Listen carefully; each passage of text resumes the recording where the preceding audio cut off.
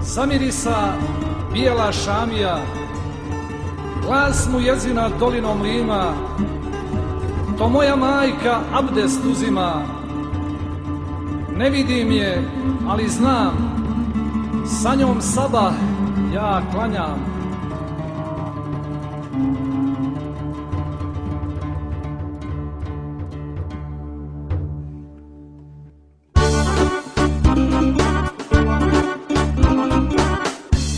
Da mi je napiti se vode sa obrova, pogledati bijelo polje, bijeli riser alkova. Ja sam rođen pokraj Lima u Gornjoj Mahali, hej čačio ostalih te ti meni halali. Samo jedan dan da prođe, da te ne spomene, duša moja otišla bi pravo u džene. Sanjam majku, čuje me zan, pustim suzu koju, staru kuću u Mahali, malu sobu moju.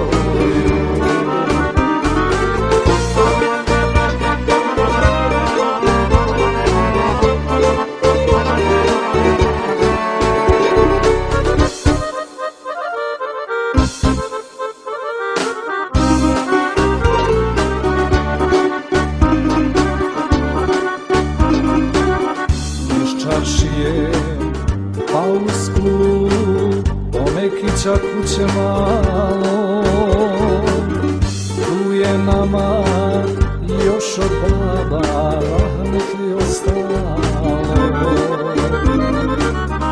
Ostala je kuća stara iz davnih vremena,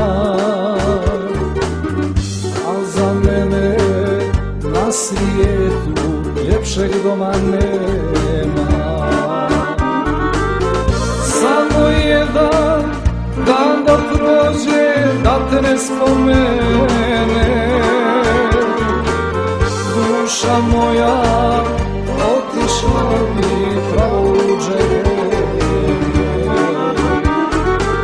Sanjam majku, čuje me zan, pustim suzu koju, staru kuću u Mahali, malu sobu moju.